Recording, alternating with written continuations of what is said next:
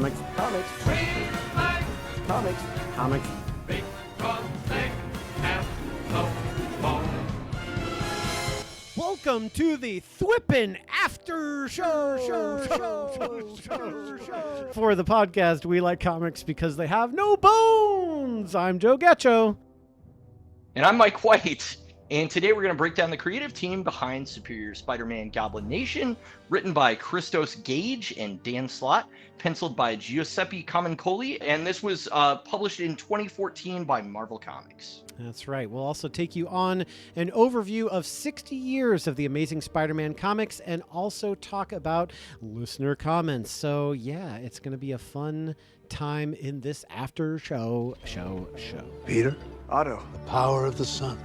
the palm of your hand. Well, let's talk about Christos Gage first, who is a New York Times best-selling writer of movies, television, comics, graphic novels, and video games. He graduated from Brown University with a concentration in American civilization because he said, the best thing you can do as a writer is to have an interesting life. Since I didn't, I could study interesting lives in American civilization. Okay. Could write about what you know. Well, I don't really know anything, so I'll go learn something. All right.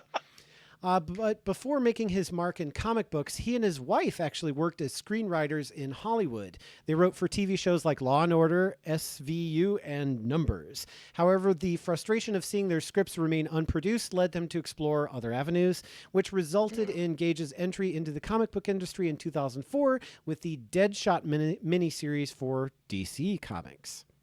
Oh, okay. In 2009, he co-wrote a 4-issue miniseries for IDW called G.I. Joe Cobra, where the G.I. Joe universe was reimagined through a darker, espionage-driven lens. The series follows Chuckles, and yes, I looked this up, the guy's name is Chuckles, who is an undercover agent infiltrating the Cobra organization, and he delves into themes of identity and moral compromise. This was like a fresh take on the franchise, and it was well received, and it actually led to an ongoing series. So G.I. Joe Cobra might be something interesting to check out, especially because it's the year of the villain. Yeah. Exactly. In 2011, he actually contributed to the narrative development of Captain America Super Soldier, a video game published by Sega for Nintendo DS, PS3, Wii, Xbox 360, and Nintendo 3DS that aimed to bridge the gap between cinematic storytelling and interactive gameplay. Yes, there is a Captain America game. I don't know where you've been. He also contributed significantly to the expansion of the Buffy the Vampire Slayer comic book universe, writing for Angel and Faith during season 9 and later taking over the main Buffy title in season 10. His writing was praised for capturing the essence of the original series while introducing new dimensions to beloved characters. So that's kind of awesome. That's awesome. Yeah. And of course, he played a pivotal role in Superior Spider-Man, as well as with the Spider-Verse storyline, co-writing the event that brought together various Spider characters from across the multiverse. And he continued to help explore this concept in Spider-Geddon, further expanding the Spider-Man mythos and introducing new characters and dynamics. So instead of Armageddon, it's Spider-Geddon. Nice. So is Gage the writer that took over after Slott's run was over? Or, no, he was like kind of like co-writing. Oh, I see. Okay. But if you want to learn more about Christos Gage, check out his official website at christosgage.com, where he shares insights in his work across comics, television, film, and video games. And as far as Dan Slott goes, you can actually go check out our comic review of She-Hulk Single Green Female on YouTube or your podcast platform of choice. And I mentioned there that Superior Spider-Man was one of my favorite runs. So it's really cool that, we talked about Dan Slott already, and now we get to actually, review my favorate run. I also said Superior Spider-Man is my favorite run, and I quote, "Fight me if you want to," on Twitter, which, is now X. But, yeah. And then you can still fight him. We had also talked about that you had read the Spider-Man and Powdered Toast Man crossover. It jogged a memory for you. Yes. So that was a fun discussion that we had in that episode. Wow, I totally forgotten about that. Yeah. And that's the writers. The entire world's about to forget that Peter Parker is Spider-Man, including me. Everyone? All right. Well, we have for the penciler, like I said, I just wanted to focus on the primary one.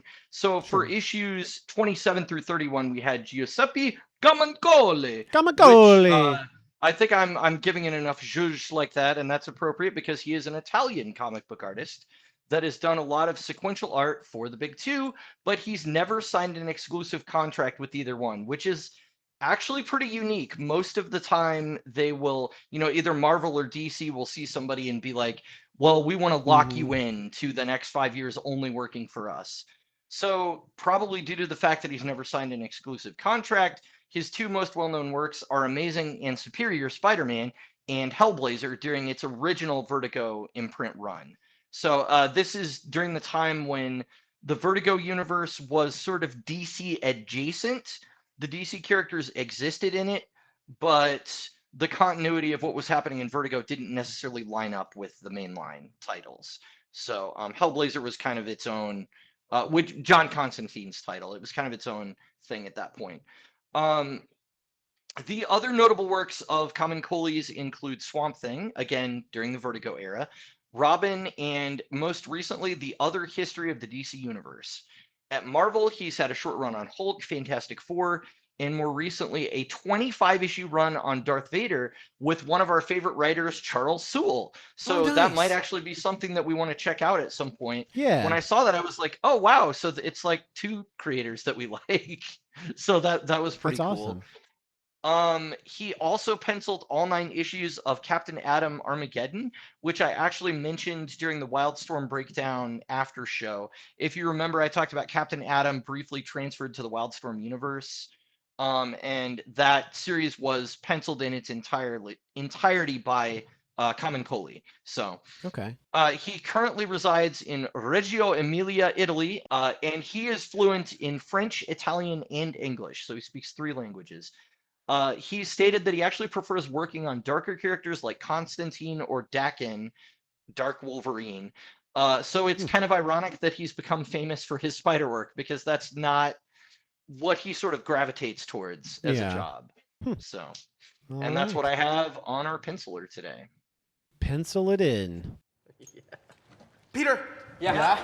Oh, sorry. Did you mean that? or, Peter yeah. Parker? Same again. We're all Peter Parker. All right, well, it is now time for us to take a walk through 60 years of the Amazing Spider-Man comics. I'm just going to focus on the the core Amazing Spider-Man books. So we're not going to discuss like the movies, TV shows, team-ups, event books, or one of the 1001 spin-offs like Spectacular Spider-Man, Sensational Spider-Man, Peter Parker Spider-Man, Ultimate Spider-Man, and all of those things. Sure. I mean, maybe they'll come up in conversation, but I'm not going to specifically address those because we'll be here forever. And I really just want to talk about the Amazing Spider-Man. So it all began in the pages of Amazing Fantasy number 15 in August 1962. Stan Lee and Steve Ditko introduced the world to Peter Parker, a teenage kid with real problems who just happened to attain the proportional senses, speed, and strength of a spider. Jack Kirby actually drew the cover, but it was Ditko who gave Peter his identity. That famous line, with great power comes great responsibility, didn't just land, it became a mantra. It instantly made Spider-Man different from other superheroes of that time.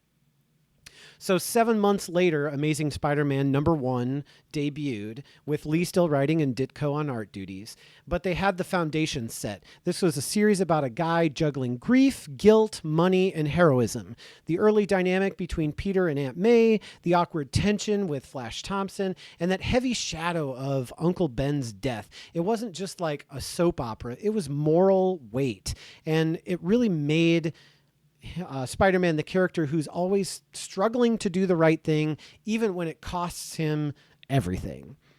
So the way that the Spider-Man series is broken up is there's a lot of reboots, there's a lot of changes, there's a lot of renumbering, but fortunately they gave us legacy numbering, which basically starts from issue #1 and continues all the way through present day. So it's nice to have that consecutive numbering to kind of help you frame things. So I'm going to try to keep that in perspective so that I don't lose people, because I don't want this to be a huge info dump. I want it to be like a fun, this is what's going on with Spider-Man. I actually have a question before you move on about the numbering. Did Spider-Man go directly from his one appearance in Amazing Fantasy to his own book, or were there other issues of Amazing Fantasy that took place before he had his own title? So Amazing Fantasy was kind of like Final Fantasy, where this was a book that was like, this book is, it's done. And Sure. we've got nothing for the last issue, number 15. Why don't we throw in this like bug kid who, you know, has these powers and all this stuff, and just see what happens. And it was so good that eventually there's an Amazing Fantasy number 16. I don't remember. I think it's like a decade later or even longer. Wow. Like it was really like Amazing Fantasy was done, and they just threw Spider-Man in there as like a, let's see what sticks. Sticks to the wall like a spider. And Sure. so it took 7 months. And they're like, this guy, get him his own book. Get this kid a book, you know, and they I always did, find it fascinating to hear these stories about like the early publication of comics, because their access to information was so much less than what we have now. So for them to know that a book was selling well, they might not know until, 12 weeks later or something like that, oh my gosh, Amazing Fantasy 15 is sold out. And at that point you're like, well, crap, we need to do a Spider-Man title then. So, it's like, go. All right. Well, that answers that question. So volume 1 of The Amazing Spider-Man covers issues 1 through number 441 from 1963 to 1998. So huge time period. And this is really where Spider-Man grew up. Lee and Ditko got it rolling, but then Ditko left at issue 38. John Romita Sr. took over the art and brought a more like polished and handsome looking Peter Parker, and that made his problems feel even more tragic. He started looking more like a confident adult while still carrying the emotional burden of a broken teen. And then we have the night that Gwen Stacy died. That story arc in 1973, which was written by Jerry Conway and penciled by Gil Kane. And it was like the second of Peter's character defining moments. Because it's not just tragic. It's like he learns that even though he can do everything right, he can still lose. The world doesn't reward good behavior, and Spider-Man doesn't get a happy ending. And it shifted him from a youthful hope to like kind of this like hardened maturity, and it carries ripples even into the modern comics. I mean, this was a huge deal, like right off the bat. It really is hard to oversell how important it is that we had that moment in a comic book in the 60s. Like just to understand where the Comics Code Authority was at that time, the kinds of stories that they were not allowing creators to tell. For Stan Lee to tell a story with that much emotional maturity, and I'm sure definitely sold by John Romita Sr.'s art. The iconic Romita Sr. shot is the one where Spider-Man is lifting up the giant building or whatever, and there's like the water leaking out of it. That's probably one of the most famous covers of Spider-Man ever produced, or panels ever produced. That's Romita Sr. If you've ever seen that, I don't have the actual, but that if you've ever seen that image or some variant of it, it comes from Romita Sr. And he really, I mean, that image alone kind of like sells the drama of like the weight of the world is on Peter Parker's shoulders. So I don't know, like from firsthand reading experience, but just from being sort of an amateur comic book art historian, I know the significance of Romita on that book and what was happening in the book at that time. So then continuing on in the 70s, Peter graduates from Empire State University with his undergraduate degree in biophysics, and he begins grad school. So already in 1978, he is, on his way to becoming an adult. He's growing up. He's going to grad school. And then he gets married because in the real world, Mephisto did not erase that marriage because I have the comic books to prove it. So sorry, Mephisto. Sorry, Joe Quesada. But anyway. Yeah, in the real world, that's true. Yes. In the real world, it did happen. Don't tell me it didn't Don't happen. tell- I saw it happen. Yeah, right. So in the Thanks, pages Eric of Bana. it was actually Amazing Spider-Man Annual number 21 in 1987. That's when Peter and Mary Jane got married, and it finally gave okay. Peter some stability and a little light in all that darkness. It's like maybe things can work out. Maybe I can have a happy ending. Maybe things can be good. Which he didn't know at the time what was going to happen later. But this was written by David Michelini, and it wasn't just a fairy tale wedding. It was real, with like awkward love and complicated, and it was rooted in sort of their shared struggle together. So it was it was amazing. That's awesome. That's awesome to hear that it wasn't, just kind of a fairy tale. The wedding of Reed and Sue is very much a fairy tale wedding kind of thing. I think the main complication was that there were two men in tuxedos, Stanley and Jack Kirby, that were not allowed in. But I think that was most of the drama that happened at their wedding. So well, and wasn't that the 60s when that happened? yeah, they've for most of the Fantastic Four's history, Reed and Sue have been married. Yeah, all but like the first 2 or 3 years, really. So we're talking like 20 years later. That's when Peter and Mary Jane got married. Right. Different time period in the real world too, from the 60s to the 80s. Sure. We also have kind of the beginnings of the Clone Saga, but it's really, it's kind of just like a weird, like, what is this? But then in the 90s, that's where it really exploded into like a convoluted mess. But it's still kind of that like core struggle of identity. Like, who is Peter Parker? Is he the mask or is he the man? So some fans kind of like it for that like nostalgia, but in the moment, a lot of them kind of found the whole thing just confusing and bloated. Like, what are we doing? Sure. With the 70s Clone Saga or the 90s Clone Saga? Kind of both. Oh, really? Okay. I didn't know that fan reception to the original one was necessarily, it was just, I don't know, bad or good. It might have been just a little too early, like for I see. concept. But then when it was like done later in the 90s, it was like, it was 90s-ified, where it was just like way out there. We also get like Kraven's Last Hunt, where Kraven kills Spider-Man, wears the suit, and tries to become him. Kind of like Ock, except he's just wearing the suit, not his body. And Peter's not dead. It's a fake out kind of thing, but we get Peter's refusal to give up and those kinds of things. And then have you read Kraven's Last Hunt? I've always heard that mentioned as like one of the all-time Spider-Man stories. It seems like people bring that up a lot. So yeah, if I've read it, it's been a really long time, and I was never really into Kraven. Like Kraven, I've never read or seen something in it with Kraven that I was like, "Oh, Kraven's cool." And right, hey, if your favorite story arc involves Kraven, please drop the issue numbers in the comments or on social media or somewhere and let me know, because I would love to read a Kraven story and go, "Wow, Kraven is great." And, maybe it is Kraven's Last Hunt and I just need to reread that. Could be that too. Yeah.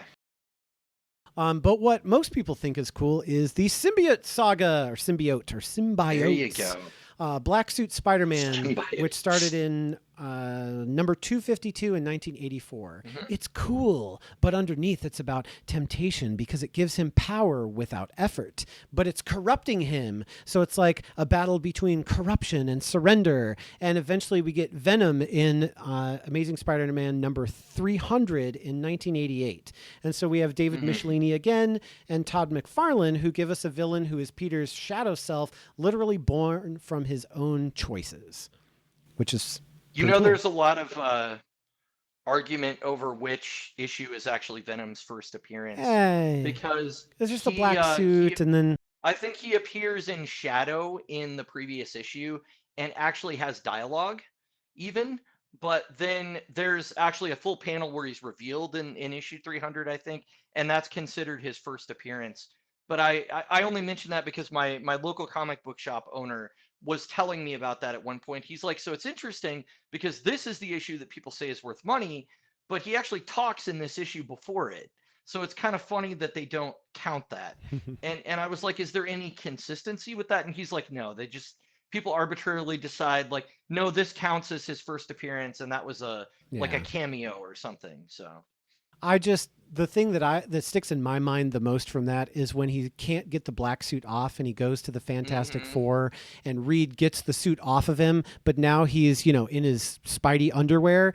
And so they give him an FF suit to wear so that way he's not, web slinging naked, but the FF don't wear masks. So Peter's like, well, I need to wear a mask because I have to protect my secret identity. So he puts a brown paper bag on his head, and that is the creation of the bombastic Bagman. So that, and it's a suit that you can wear in the Marvel Spider-Man video game on PS5. So it's really it's fun to put that on and go around. So that's hilarious. Was it actually during Secret Wars though that the black suit first appeared? I know that's not the first appearance in the Spider-Man title, but I vaguely remember a panel of it like coming out of a machine or something, and him being like, "Oh, this suit is amazing. It's oh, there you go. Yeah, there you go. Secret Wars." So, yeah, that was my only connection to that story because I've read that event book. But I've not read the follow-up in the actual Spider-Man title. Was that by Michelini as well? The Spider-Man section of? Oh, I'm sorry to make you pull it out again. I'm just curious because. No, so Secret Wars was Jim Shooter. Oh, okay, gotcha. Later be editor-in-chief of Marvel, Jim Shooter. Got it. Okay, so that pretty much takes us up through the end of Volume 1. So this is going to be a long episode. Okay. We'll try to break this up a little bit and make it more interesting so that way it's not just, a long monologue the whole way. Peter, how are you? Trying to do better. So now we start Volume 2. And, Volume 1 was 441 issues. Volume 2 only covers issues 442 through 499. So it's like a 4-year time period from 1999 to 2003. And that's it. So Marvel's like, let's renumber Amazing Spider-Man to a fresh number 1 with the same continuity, but a new coat of paint. So we got writers like Howard Mackey, who took the reins. We had art from legends like John Byrne.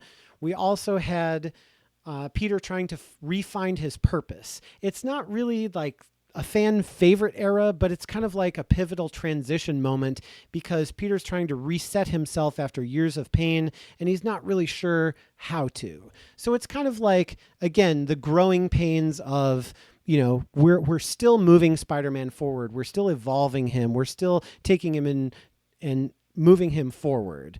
But it's kind of like they started to stumble a little bit. And then I was going to ask just about the 90s really briefly, about that period especially. There was a point in the 90s when Marvel did an event called Heroes Reborn. And what Heroes Reborn was essentially they had used money to coax the people that had left to go to Image back to Marvel to sort of relaunch their characters with sort of 90s-ish designs that looked like the stuff Image Comics was putting out with Wildcats. And so they actually got Liefeld on Captain America. They got Jim Lee on Fantastic Four, and the designs were very ridiculous and 90s and over the top. Was Spider-Man immune to that, or did that not happen during that period? Because maybe he wasn't one of the books that was affected, but I know that Avengers, FF and Cap were. Yeah, I don't think Spider-Man was involved in that one. Kind of like Infinity, where they're just like, you're doing your thing, so we're gonna let you do that. And I think, like you said, it was just Avengers and FF and. Okay, got it. So Marvel decides to do something completely ridiculous, and this is kind of the start of that, where they're like, okay, we just finished Volume 2, which really was not that many issues, but what should have been number 59, or issue number 59 of Volume 2, was actually renumbered as number 500 to celebrate Spidey's 40th anniversary, and from there, Marvel resumed legacy numbering for Amazing Spider-Man through number 700 under the Volume 1 banner even though it's technically a continuation of Volume 2. So we have They Volume did 1 of the same Spider-Man, thing for Fantastic Volume Four. 2, and then Volume 1 resumed, and then Volume 3. Yeah. Yeah. But I remember distinctly Fantastic Four going from an issue, 59, 60, something like that, to issue 500. And then, and then on from there, it's like they're using the legacy numbering. And I was like, I mean, I'm glad that I'm getting it in the mail because I know that I didn't miss an issue. But if you were picking it up at the shop, I could see that being very confusing. well, it's like a way to cater to new fans and old fans. Because if you're a longtime reader, oh, this is issue number 500. If you're a new reader, it's like 500. Oh my gosh, that's overwhelming. But hey, number 59, because I've been reading this since number 1. Right. So it makes it easier for new fans to get on. So I kind of get it as a marketing strategy, but it's kind of annoying, especially when you're trying to figure out like, oh, Spider-Man, number 59. Well, which 59? What year is that 59 from? Right. Because there are a lot of Right. different 59s. So then we get Babylon 5 writer J. Michael Straczynski, who makes his real mark on Spider-Man. So we have JMS, and then we have art by John Romita Jr. In the start of the JMS run. So JMS runs roughly from 503 to 588, dives into Peter's spiritual side with things like destiny and spider totems and what it means to be chosen for great responsibility. So it's not just a kid who, got bitten, fell into a radioactive spider instead of a chemical vat. It's a spider. But it's like there's a reason behind it. There's destiny. There's greater things, and you're being chosen. It's really heavy, and it's like got this mythology behind it, but it's still grounded in Peter's relationships, especially because Aunt May at this time learns his secret. So there's a lot of different things that we explore with him that we hadn't done before. And I think it's good because with the stumbling that they had before, it was kind of nice to do something, just take him in a different direction and see what happens. Unfortunately, J. Michael Straczynski also gave us something called Sins Past, where Gwen Stacy had secret kids with Norman Osborn. And fans hated it because it tainted Gwen's legacy. It made Peter seem passive and clueless. It just wasn't bad. It betrayed the whole emotional foundation of Peter's grief over what happened. And Sure. then fast forwarding 2023, Marvel backpedaled, said that was actually a lie, which honestly, as far as retcons go, I'm okay. Just get rid of it. Okay, let's wipe that away. Mephisto, why didn't you erase that instead of their marriage? Because that would have been, Peter and MJ's marriage. But But JMS, I guess, wanted to give Peter and MJ kids, and Marvel was like, no. So they came up with this idea of, why don't we say that Gwen had kids? Because it'll be like Peter did, except it was Norman Osborn who, what? So you have just answered a huge question. So what I'm hoping is that by the end of this, we will have absolved J. Michael Straczynski of all spider sins, because I know editorial interference is what produced One More Day. I didn't know if they had any hand in redirecting the story for Sins Past. So hearing that puts me a little bit at ease because I really like this era of Spider-Man overall. So we also get the Skin Deep arc where Peter becomes a high school science teacher. And I thought that was really cool. Like, give him a day job that appeals to him as Peter Parker, not Spider-Man, and let it be something that he can do and sort of like, hey, if he needs to call in or if he needs to leave, he can get a substitute teacher or, there's kind of ways to make it work. But I don't know. I felt that like that was a cool fit for him. At that time. It makes so much sense for him to take his science knowledge and want to, sort of pass it on to kids.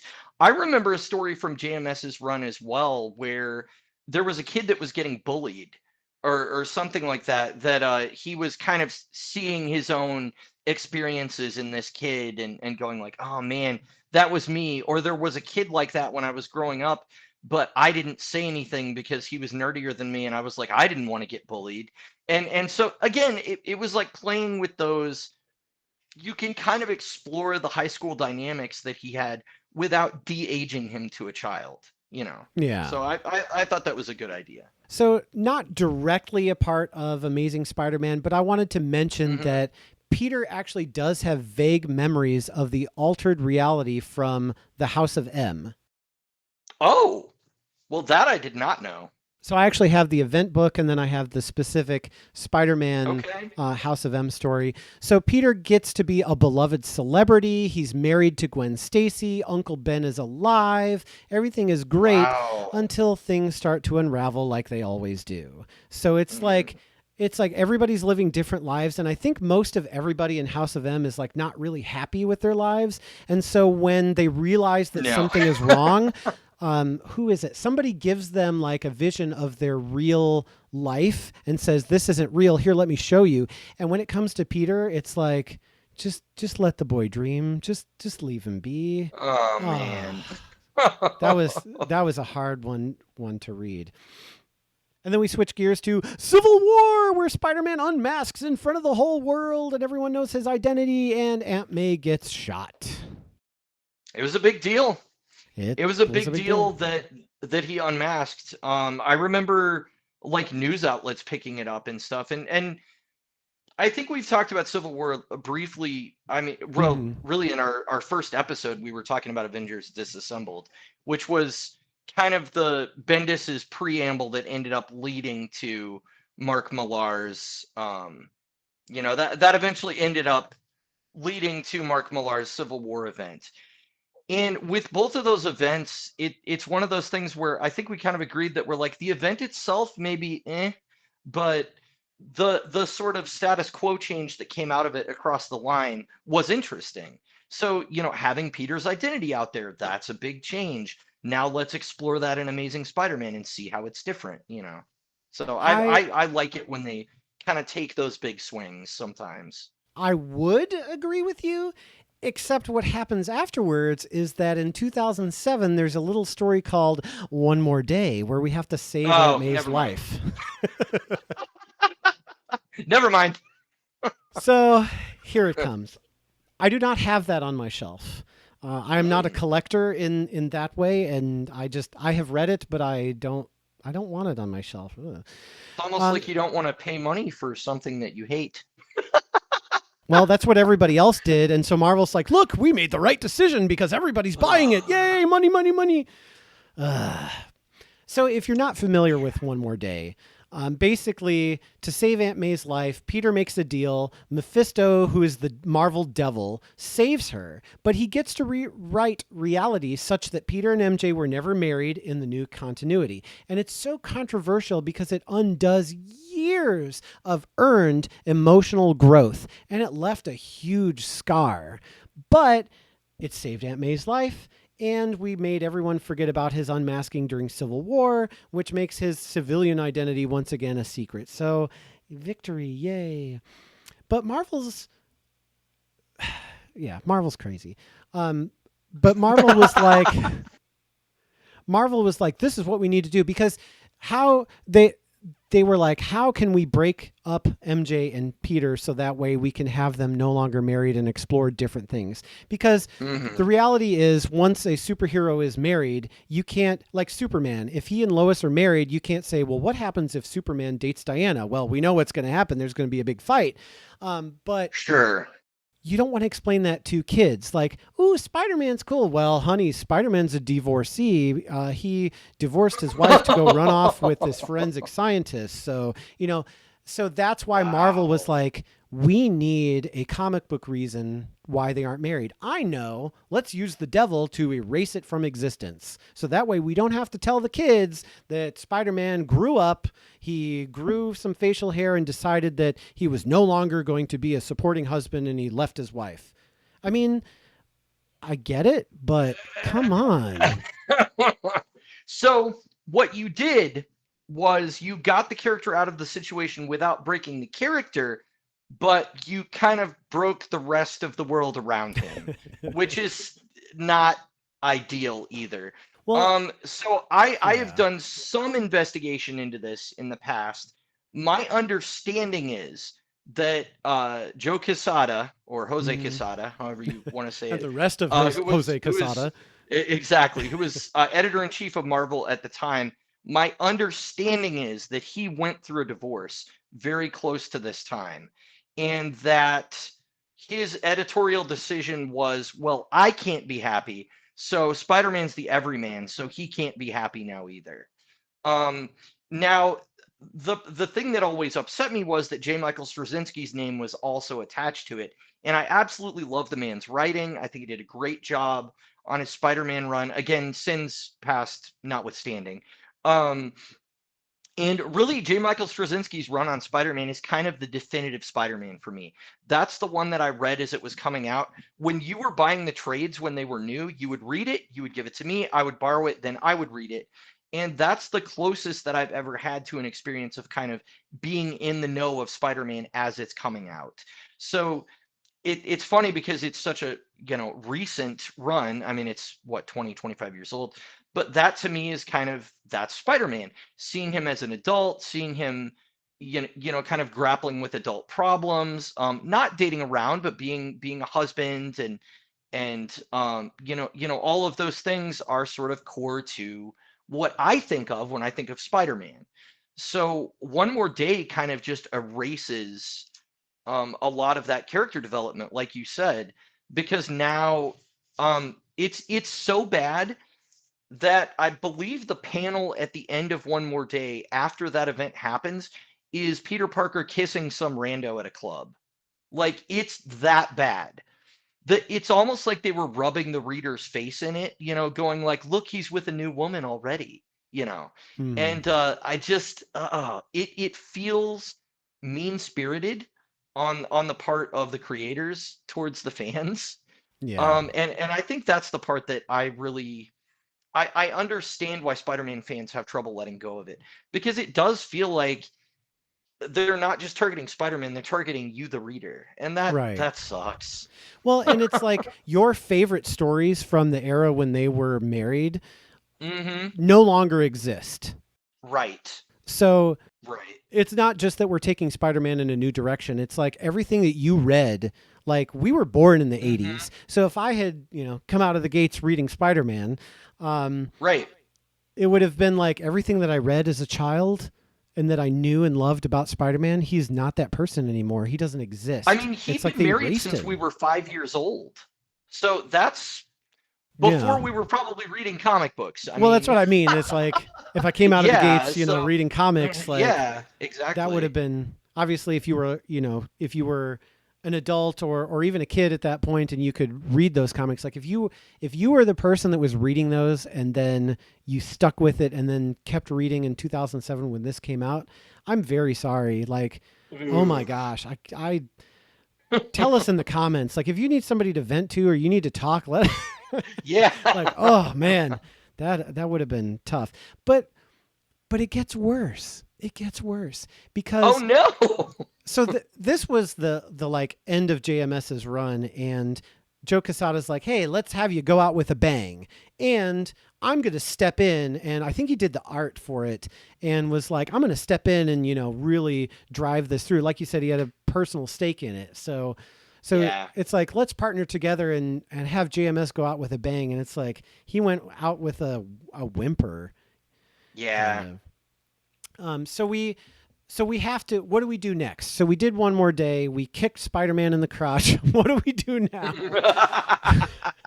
So here comes Yeah. Brand New Day from 2008 to 2010, which tried to soft reboot the character and take him in a new direction. So we have Peter's identity that's a secret. He's single again. His supporting cast is refreshed. We have some new villains like Mr. Negative who come about, which Mr. Negative is really cool. I really like him. And Martin Lee, like he's a really cool character. Transitioned to be more of a Cloak and Dagger villain, I believe, later. Yeah, He shows up in their book a lot. Mhm. So So Peter lands a job at Horizon Labs, and he becomes more of a like tech savvy innovator. So he helps usher in kind of like a more future forward take on Spider-Man. And it kind of like made him a little bit more modern, but also longtime fans are still kind of feeling empty because who is this Peter Parker who is now, being more of a tech guy and Sure. forgetting that he was ever married and dating random people. It's like, Well, they and hit the did reset he lose? Did he lose that sort of look out for the little guy quality that you find to be so quintessential to his character? Because during the JMS run, the place I was getting that was really from his interaction with high school students, from his interaction with street level people that he was saving and stuff like that. But did the Horizon Labs thing kind of take him further from that as well? I mean, honestly, like, I kind of like the Horizon stuff just Okay, as sure. if you separate yourself from, okay, we're going to take one more day and we're just going to put that aside now. And we're going to Mhm. say, this is where we're at with Spider-Man. This is the new Spider-Man. And just, okay, we're going to just deal with this and forget about this other crap. The Horizon stuff was kind of fun. That's where he meets Uatu, not the Watcher, but the, Uatu they, Jackson. yeah. And That is a ridiculous name. I'm sorry. And so he becomes part of a think tank, and it also gives him the freedom to create tech for Spider-Man that, Mhm. Now instead of revealing his identity, everybody realizes that Peter Parker is connected to Spider-Man, but the way they're connected is Peter is Spider-Man's tech guy. It's like Peter's the guy in the chair and Spider-Man's the one off, doing the missions. And that was a good cover. Was Anti-Venom around this time as well? Because I know that there was a period I have read a mini series that was about Brock with a white symbiote that was while he was doing like humanitarian work with Aunt May at some like it was Feast? I don't know if it was Horizon Labs. Yeah, I think it was Feast. I think that's what it was. But he was actually trying to make good and he became Anti-Venom instead of Venom. Mm-hmm. And I believe that's post Brand New Day, if I'm not Yes. mistaken Yep. about that. Okay. That was 2008, and that was Dan Slott and John Romita Jr. So during that run. So Anti-Venom, it's my Anti-Venom. So Anti-Venom, Anti-May. Anti-Venom is like, he's doing his thing, but then there's this event called Spider Island where basically everybody gets spider powers, and Anti-Venom, because nobody, like Reed Richards is trying to figure out a cure. Everybody's trying to figure out how do we reverse this, because what happens is everybody gets spider powers and they're like, cool, I can web sling, cool, I'm super strong, cool, I don't feel so good, and they turn into giant spiders. Of course. So Anti-Venom actually is able to go in, and anyone who's mutated into a giant spider, boop, instant cure. Boop, instant cure. Oh, that's awesome. And so they're like, get this guy over here now, we need him. And they actually like consume the Anti-Venom symbiote to produce enough cure to cure everybody on Spider Island. Okay. So it's cool, it's fun. Is it funny that I've read sort of like auxiliary things that are like on the fringes of actually knowing what's going on with Spider-Man, but not actually read Spider-Man? That's what's so cool about the comic book universe, though, is because I feel like there's so many comics that you and I talk about that it's the other way around, where I'm like auxiliary knowing things like the FF through Spider-Man. Right. Exactly. So it's like the other way around. Yeah.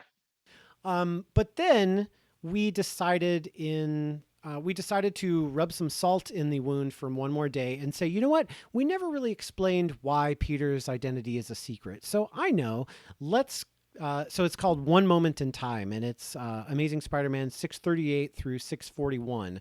So we have this like little retcon that Doctor Strange, Tony Stark, Reed Richards helped Peter erase everyone's memory of his identity with this like magical techno combo spell, but only after the Mephisto deal already happened. So anyone who so then we get pages of so then they decide we are going to take one more day and we are going to really make sure that everyone is completely as offended as they can be.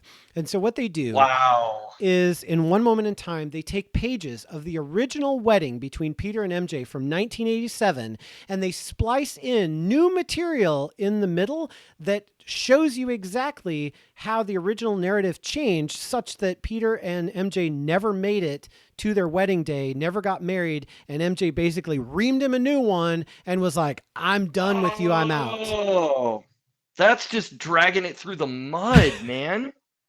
And What the heck? That is like, I'm just like, wow, there's the wedding. And then it's like, wait, that's not what happens next. And it's like different art style because, you know, they're mixing it in and they're like, that's so terrible. here's the continuation. No, we don't want So that. I have a friend, a pretty close friend. Hi, Daniel. I know you're watching this because it's Spider-Man related.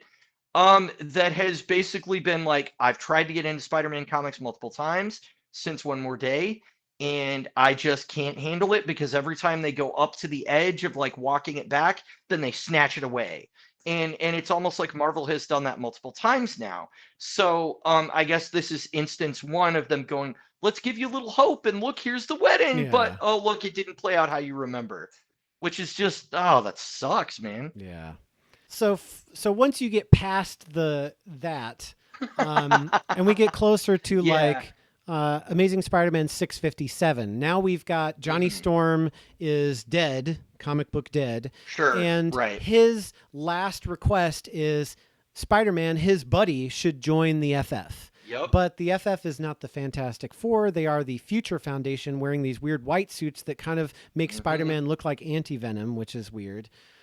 They do, yeah. And he that's temporarily true. replaces him on the team. And we don't really see like a hard stop to that in the Amazing Spider-Man. But by the end of this volume, it pretty much just runs its course, and we don't really revisit it. So like we were talking about earlier, I have the Fantastic Four side of this story. So we're looking at this is Jonathan Hickman's run, and you know it says here lies Johnny Storm there. So volume 4. Or the fourth volume of Hickman's run in trades is Fantastic Four. The next trade chronologically is Future Foundation #1, or issue 1, which has Spider-Man right there on the cover. Then you have Future Foundation volume 2. Then the Fantastic Four book picked up again because Johnny came back, but Spider-Man was still in the Future Foundation title. Along with all of the FF's kids. So the two titles ran concurrently for a while until this one, which is the last volume of Future Foundation, and then the end of Hickman's run where they finally restored the original team. So there actually is a short period where Johnny and Peter are actually like sharing sort of an apartment in New York. After Johnny comes back to life, and they are really getting on each other's nerves. So it's very entertaining to see that all play out. But it's kind of like how you were talking about how the volume numbering is inconsistent or confusing with Spider-Man. Something similar happened with the Fantastic Four book when, for a while, they stopped the Fantastic Four book and Future Foundation took over for it. But then that title kept going, and they brought Fantastic Four back. So it's just like you're having to read both of them to get the full story, and collecting the trades, especially, it was very confusing because I got to Future Foundation, the third trade, the third trade, and all of a sudden Johnny's back, and I'm like, wait, what's going on? And then I looked online, and they're like, well, now you have to buy Fantastic Four Volume 5 because that explains how that happened. And I was like, oh my gosh, okay. So it took me a minute, but it's a really cool period in the history of the FF and Spider-Man. So I would definitely recommend anybody out there, if you can, if you've got the Marvel Unlimited app, it's probably easier to sort of suss it out there than it is if you're buying trades, because obviously a trade is not going to jump back between two different titles. So. Yeah. Right. And some of this too is like, if you're curious about some of these storylines, it's really easier to read them in the app if you're curious about it. That way you don't go, oh, One More Day, isn't that popular? I should buy that. And then you read it and you're like, what? So that can help. Well, this pretty much takes us up to the about 18 months where there was no Amazing Spider-Man title. This is the only time in almost 1,000 issues in 60 years where there was no Amazing Spider-Man, because there was a superior Spider-Man. Superior! Wow, So is that an omnibus with all of it in one volume? Yes, it is. Dang. It is a hardcover omnibus with everything. Is awesome. It is like large print. It is very high quality. It is gorgeous. Oh, dude. Yeah, so that's why, awesome. like, yes, this is a 5 out of 5 for me. I really enjoyed it, and reading all the way through in one book is is really fun. So if you liked it, there is an omnibus. It is out there. You can find it. It's really cool. If not, I mean, everything's in trades, everything's in issues, everything's on the app. Sure. So you can find it if you're interested in reading it. Right. So that's where are we now? We're about like the mid 2010s, somewhere in there. This starts in 2012, actually at the end of 2012. Oh, okay. And okay, runs to Got it. about April 2014 when Peter returns. Okay. So this is issue between Amazing Spider-Man number 700 and number 701 is where the Superior Spider-Man takes place. Okay. So again, if you're reading cool. 700 and you wait until 701, you would be like, what? When is it coming out? I'm good. Well, but no, I mean, if you read those and you don't read Superior, it would be very confusing because it'd be like, wait, what happened? You would miss a lot. Man, so they really were sticking to that like bi-weekly shipping schedule. If they got 31 issues out in 18 months, that's why you have two pencilers that they're swapping between, honestly. Yeah. So DC experimented with this for a while with their big titles in like 2016, doing every 2 weeks shipping a new issue. And what would happen was you've got a story arc, maybe like 5 issues, 5 or 6, where you can keep the same penciler. At that point, they are so far behind that they'll never get caught up again. So then they switch for the next 6 issues. But they're putting out 6 issues in like 3 months, which is a lot. Wow. And even with that amount of break, usually the quote unquote main artist wouldn't be able to catch up. So that's a really harsh pace for maybe not so bad for the writer, because maybe they can kind of plan it out beforehand, but for a penciler, that's really quick to have to get work out. So yeah, that's not really sustainable long term. All right, so that should take us up to Volume 3 of The Amazing Spider-Man, which covers issues 701 through 732 in 2014, with Peter Parker's return from the events of the Superior Spider-Man.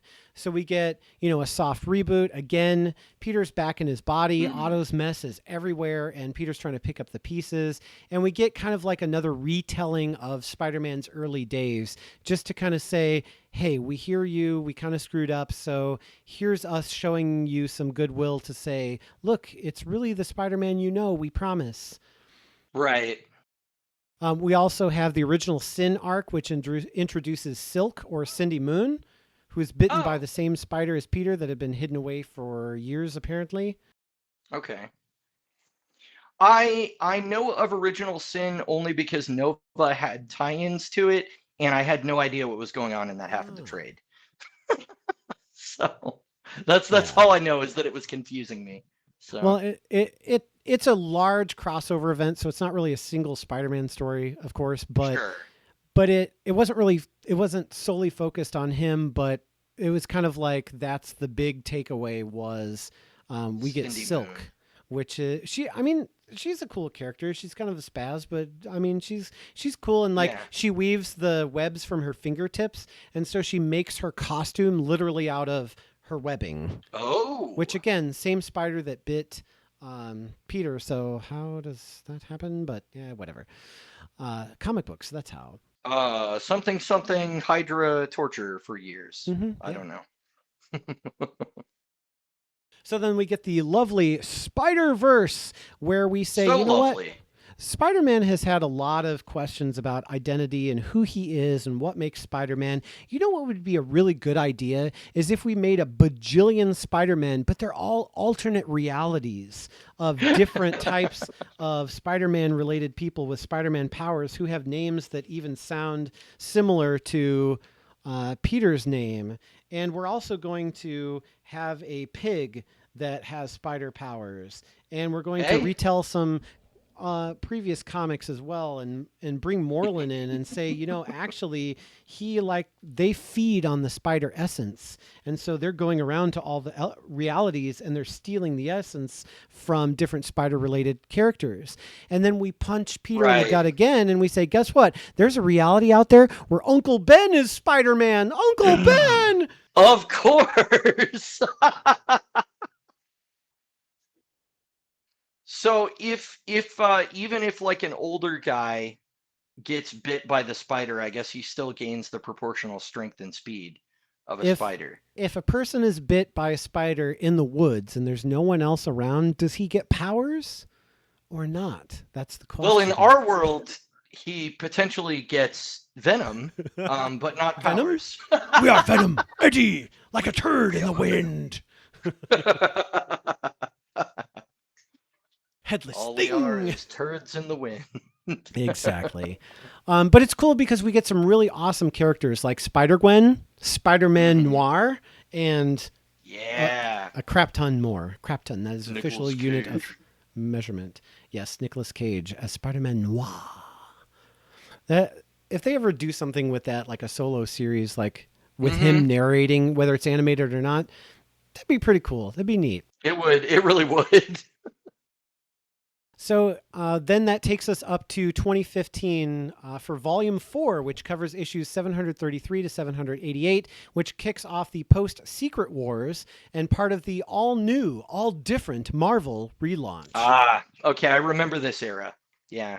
So now we have CEO Peter Parker running Parker Industries, flying around in spider jets, rubbing elbows with Nick Fury. Basically, Spider-Man meets Tony Stark. We also decide that, hey, you know what? Let's do that clone thing again. So then we have the Jackal who starts bringing back his dead loved ones and being like, is there not a more overused character in comics than the Jackal? He just, every time I see that dude, I roll my eyes. I'm like, come on, man. This guy, he just goes around making clones willy-nilly. And like, why is that your thing, bro? I don't know. Everybody needs a shtick, and mine is cloning your loved ones. Your loved ones. So that way you can be tortured by, seeing them, but it's not really them because they're clones. Oh my gosh. So a lot of fans, are kind of like, I love this. This is great. It's a new direction. The Spider-Man meets Tony Stark thing, not the Jackal thing. Oh, okay. Nobody wants that.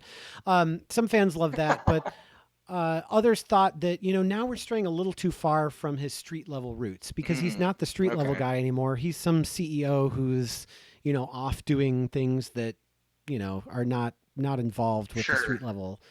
So, the book was once again relaunched as part of Marvel Legacy, returning to the overall legacy numbering. So this is where we get the numbering for issues 789 through 801 and closing out Dan Slott's decade-long run. Wow. So we have Peter losing Parker Industries and returning to a simpler life. Norman Osborn bonding with the Carnage symbiote because... Yeah, great. And he becomes the Red Goblin, which leads to a brutal final showdown. And issue 800 is like this giant size climax. And then you have 801 is like a quiet epilogue. And that sort of ends. Sure. Okay. Well, so 10 years is, that's equal in length to how long Jeff Johns was on Green Lantern. There are probably less than 5 people in comics that have had a run that long on a big 2 character. So that's a big deal that Slott was on the character for that long. I mean, somebody must have liked what he was. Somebody's buying it, obviously, if they kept him on that long. So 2017 was the period where I started going, you know what? Instead of collecting trades, I'm going to collect issues. So I have a whole bunch of this in issues, but I don't want to get them out and do all that stuff. So that's why I'm not showing those. So anyway, we get to volume 5, and I know this is going long. We're getting there, I promise. That covers issues 802 to 894, which was yet another relaunch, this time as part of Marvel's Fresh Start initiative, relaunching with number 1 again, while also including a reference to the legacy numbers. Thank you for the legacy numbers. If you could put the year on there, that would be great. Because rearranging your comics collection by year is actually really hard because they don't like to print the year on there. They like to put, oh, this is Ghost Rider number 1. Oh, yeah. Ghost Rider? So you almost have to look at the credits on the inner page to find the originally published in single magazine form as Amazing Spider-Man number da da da da da to da da da da da. In the tiny little writing. That's very tiny writing. Yep. Yeah, thanks, Marvel. I'm glad you got me back. So we have some fun things that happen here. So we have Nick Spencer. I've heard of Nick Spencer. He wrote the Captain America Hail Hydra. Oh, story. goody. Yeah. So we have a back to basics approach. With classic rogues, grounded storytelling, a greater emphasis on Peter's personal life, which means his company and his doctorate need to go bye-bye. This is where he gets accused of plagiarizing from Otto again, but this time it sticks. And he gets stripped of his credentials. Okay. We have some like science stuff where Peter gets split into 2 different people, one who is Peter and the other one who is Spider-Man. We have... I was going to say, does he have a day job during that period? He's kind of just dealing with the whole Parker Industries thing. At that point. Got it. We also have Ben Reilly returning as Spider-Man under the control of the Beyond Corporation, while Peter recovers from near-fatal injuries. And they make a claim that we have the copyright to Spider-Man. So you actually can't be Spider-Man anymore. And we've hired Ben Reilly, who will be Spider-Man because he's our employee. Okay. That's that. Good times. We also get to learn a little bit more about the story from One More Day, where we of course we do. I can't wait. That the reason that Mephisto did this deal with them was because he believed that a descendant of Peter and MJ was destined to defeat him in the future. So he decided he would fracture Peter's soul, opening a metaphysical doorway to mess with his life. He manipulates Harry... Are they implying that Spider-Girl is going to defeat him in the future? Because that's Peter's descendant, isn't it? In like some sort of alternate future? I can't remember if the kid was with MJ or if it was with Gwen. But this is where my memory of Spider-Man events is not... I'm less polished when it comes to the more like modern stuff. I've collected a lot of the issues. I've been so busy with work for the last decade that I haven't really been able to keep up with it. So I apologize. Daniel, here. Let us know in the comments. Daniel's read all of Spider-Girl. Yes, let us know. He can tell me. But yes, so Mephisto does this. He fractures Peter's soul, and basically he's going to feed off of this fracture, and that is going to give Mephisto power, and now he doesn't have to worry about being defeated. So it's almost like Marvel saying, hey, guess what? That misery you're feeling, guess what? We're earning money, so we're feeding off of your misery and controversy on One More Day. So, we're still winning. What a slap in the face. But they keep coming back to it. It's like, leave it alone. Just let's wipe that out of existence. Like, I forget it. But basically, he manipulates Harry Osborn. He creates clones of him using AI and magic. He turns him into a villain named Kindred, who's aware of the deal that Peter made, and proceeds to make Pete's life even more miserable. Thanks, buddy. Wow. Yeah. So then in 2022, we get volume 6 of The Amazing Spider-Man, again with issue number 1, but it's Legacy 895. So we're almost there. Okay. That runs for 74 issues through Legacy number 964. Dang. So we have Volume 6 with Zeb Wells as the writer and John Romita Jr. returning as the artist to commemorate Spider-Man's 60th anniversary. Sure. But we get this cryptic time jump where Peter does something awful, and most of his relationships, especially with MJ, are in tatters. Then we get crossovers with the X-Men, Venom, Ben Reilly becomes a character called Chasm, Peter deals with a New York City crime faction, steps into a strategic, almost Daredevil-like role, and we start to get this more like darker and fragmented story with Peter grappling with moral compromises and relational fallout. And I've not read this, that's just sort of a synopsis I can glean from, the interwebs. So please let us know if you've read that. And then, finally, we are now at April 2025 with Volume 7. Well, my goodness, that was just a month ago. Volume 7 starts with issue number 1, Legacy number 965, helmed by writer Joe Kelly and artists Pepe Larraz and John Romita Jr. It's supposed to usher in a new era for Peter Parker. We have... And that is Spider-Man. And that is Spider-Man. We have reviewed something with Pepe Larraz because I recognize the name. I do too. But it escapes me right now which title that was specifically. So, yeah, well, that was fascinating. Yeah. Yeah. Thanks for listening. I mean, that was a lot of stuff, but it was really fun to do the research. It was really fun to go back and reread some of this stuff. And it's really fun to be able to see the large scope of everything throughout the years. So hopefully this helps you. And hopefully this helps other people who want to get a grasp on Spider-Man, or where do I jump in? Hey, it says number 1. Is that a good place to jump in? Well, it depends on the year because you might want to be careful of some of the pitfalls. So now hopefully you've learned more about the amazing Spider-Man. Wow. And honestly, this can serve as a pretty good reading order guide for you, I think. If you look at the different YouTube chapters, you can kind of look and go, oh, here's where the issue breaks are for the different volumes. And maybe that would help a newcomer to go, I don't know where to start. Where are good jumping on points for Spider-Man? And hopefully this will kind of, help you with that too. I know it helped to kind of put the events in a chronology for me. So, yeah. And like I said, there may be some things that I got wrong. I apologize. I did the best research I could. This is a, fun hobby that we both do. So we're not trying to be a factual show that gets every single beat right. I mean, obviously we want to be right. We don't want to be wrong. So just if we were wrong about something, let us know in the comments, but just be gentle. Okay. This is for fun. You can let us know, like, oh, actually this happened, without being, well, actually, that kind of gatekeeping way of doing it. So just have fun with it. Let's have fun together with Spider-Man. Let's all have fun. Let's all have fun with Spider-Man. Yeah. So we're gonna transition to some comments now, and I don't have a whole lot to go through, so we're gonna wrap this up pretty quick, but.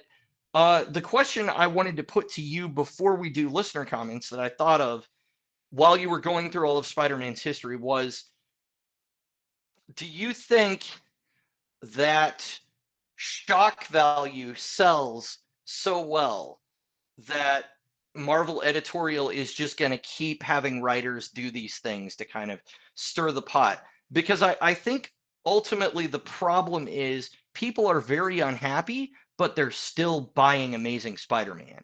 Yep. And I think if you don't like the direction of the story, I don't really know how you can change it without voting with your wallet and going, I'm not going to buy that book, So I don't know what you think about that, but I think that is a very large conversation. So I'm going to try to be as brief as I can. Sure. The way that our world works is very, especially in the West, is very driven by, things like being self-absorbed, being a little too overly zealous about capitalism, where you're willing to sacrifice your, things that are important just to make a buck. So I absolutely think that these companies will continue to generate controversy and get really good at it and boost their numbers. But the thing is, like, those of us who are real fans, we read this stuff because we're not reading about a fictional character. We're not reading about something that somebody slapped on a page. We're reading about to understand ourselves. You know, it's like I see so much of a reflection of my own life and my own journey in the things that have happened to Peter Parker, Spider-Man. And so those are the stories that resonate with me the most. Those are the story arcs where I'm like, yes, Superior Spider-Man, that is like, I have lived that. Well, you know, nobody's possessed my body, but, you know, it's a metaphor. It's a metaphor. So, yeah. Right. It's a metaphor. So it's like, I really enjoy that story and I really get into it. So when they do things that's like a retcon or they change something, it's like, it is really annoying when the fictional universe doesn't align things correctly in a way that makes sense in the real world. But sometimes you just have to go, okay, it is fiction. So that part does not resonate with me. So I'm going to not even go there anymore. And I'm going to focus on the things that I enjoy. I'm going to focus on the stories that I really like. And I'm going to read those and I'm going to take one more day and never look at it for another one more day ever again.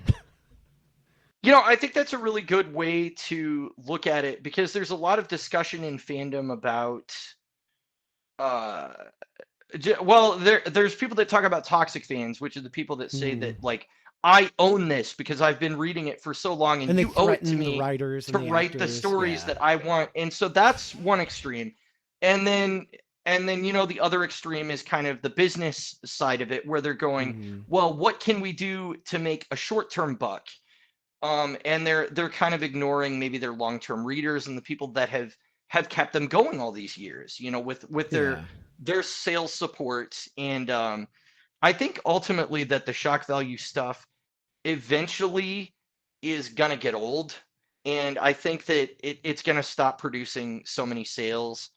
I honestly think that, I mean, one of the things that attracts me to Superman as a character, one of the reasons he's like probably my second most collected DC character besides Aquaman, is that I like the hopefulness and I like the optimism and I like that it's envisioning a world where there's a guy that does the right thing every time, because that is really refreshing and nice to read after you come home from the real world where that may not always be the case.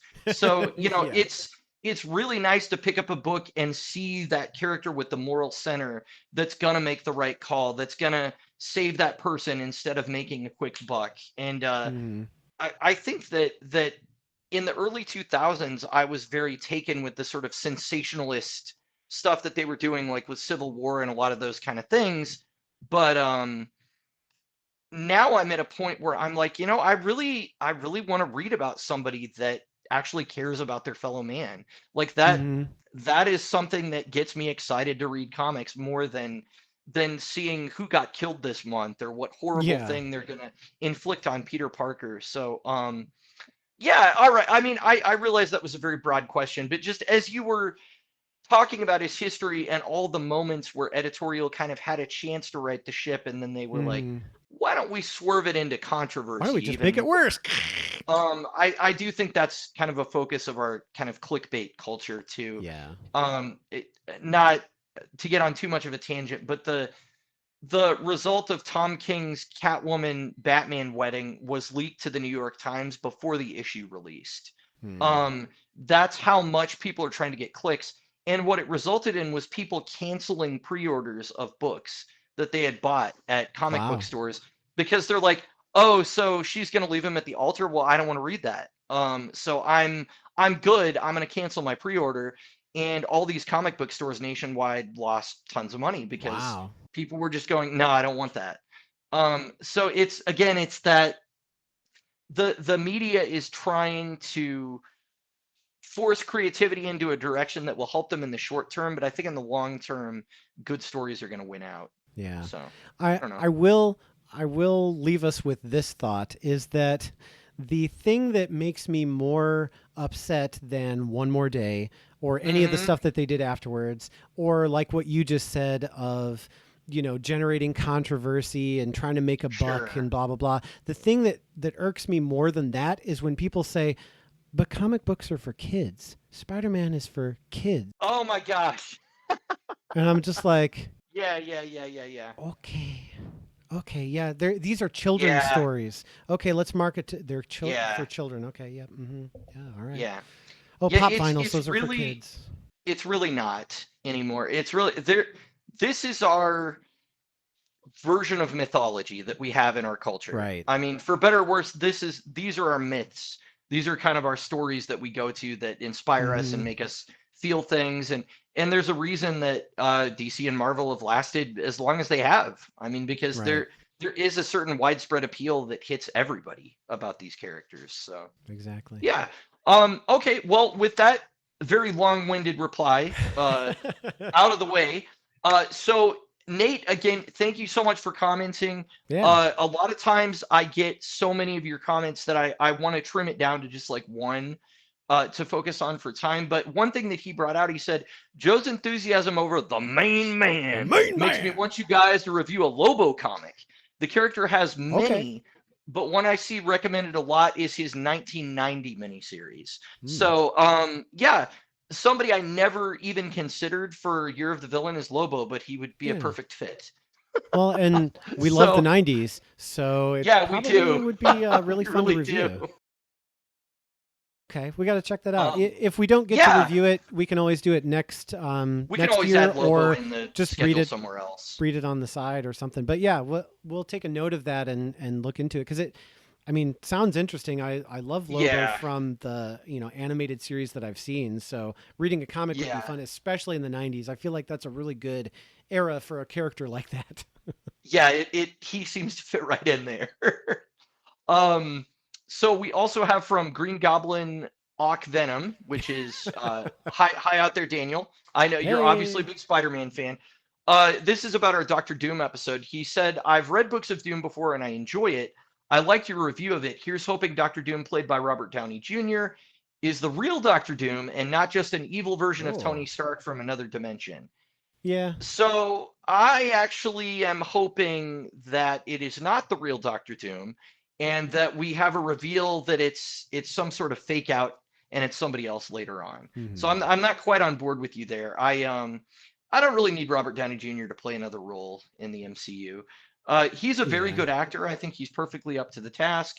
I just would much rather see somebody else take on that role and make it their own. So I kind of hope it's more like it's a hologram or a life model decoy, because they really haven't done much with LMDs in the MCU. They did a little Not bit in since the Agents of Shield. Yeah. Yeah. So I think that would be I would be okay with that. But I agree with Green Goblin's Ock Venom, which is a really awesome name, that an evil version of Tony Stark for another dimension. No, please no. Yeah. I don't want that. I don't. Maybe somebody else does. If but that's let us know in the comments. if that's his backstory, it will be very disappointing. Yeah. So, thank you everybody for your comments. Yeah. All right. Well, that wraps up yet another after show. And this one, of course, we reviewed the Superior Spider-Man Goblin Nation on the podcast. We like comics because they have no bones. If you haven't already, make sure you thwip on over to our website, bonelesscomics.com, where you can view the podcast as well as additional information about us, your hosts, and a link to our new Printify shop where you can order Mike's cool banana designs on t-shirts, mugs, and more. And if you like seeing the art and details of physical comics, as well as an engaging discussion, check out my YouTube shorts. They're also on TikTok if you're looking. I actually did a recent one where I'm asking questions about what is your favorite monster from comic books, and I showed issues of what mine is. So guys, definitely go check that out on YouTube. Follow us on social media at Boneless Comics Podcast, or on Blue Sky Social at Boneless Comics 1. Sorry, you didn't say Blue Sky X. Social or X at X. Boneless Comics 1. That's right. If you haven't subscribed on YouTube yet, what are you waiting for? Do it. You can literally in the bottom corner. Actually, it's over here. Sorry, my bad. Ding, ding. Over in the bottom corner, there is a little banana that you can click on to subscribe. We also, I've got some YouTube show, one short. I've got some YouTube shorts called Spidey Joe's One Shots, where I expose the real problem that's behind Spider-Man, which, Joe Quesada, Marvel aside, it's really just because Spider-Man is a menace. He's a masked menace, and he is in cahoots with the Green Goblin and with Doc Ock. And okay, sorry, don't get me started. I think it's Joe Quesada. Yeah, it's actually Joe Quesada. But I actually will do some YouTube shorts on any of the Spider-Man comics that you see here. If there's anything that you want to thumb through because you don't want to buy it, you don't have the Marvel app, whatever, and you're interested, let me know. I'll do a short on it. I was actually thinking of doing one. I think issue 3 just came out. Maybe issue 4 is soon, of the current Amazing Spider-Man. So I could thumb through that for somebody who wants to know what's Spidey up to in 2025. So let us know in the comments. Let us know on social media, and we hope you enjoyed this really, really, really long episode because we had a lot of fun doing it. Yeah, we really did. So on that note, everybody, thanks so much for watching, and we'll see you next time. See you next Whip time. out! Comics. Comics. Comics. Comics. Comics. Comics. Comics. Comics. Big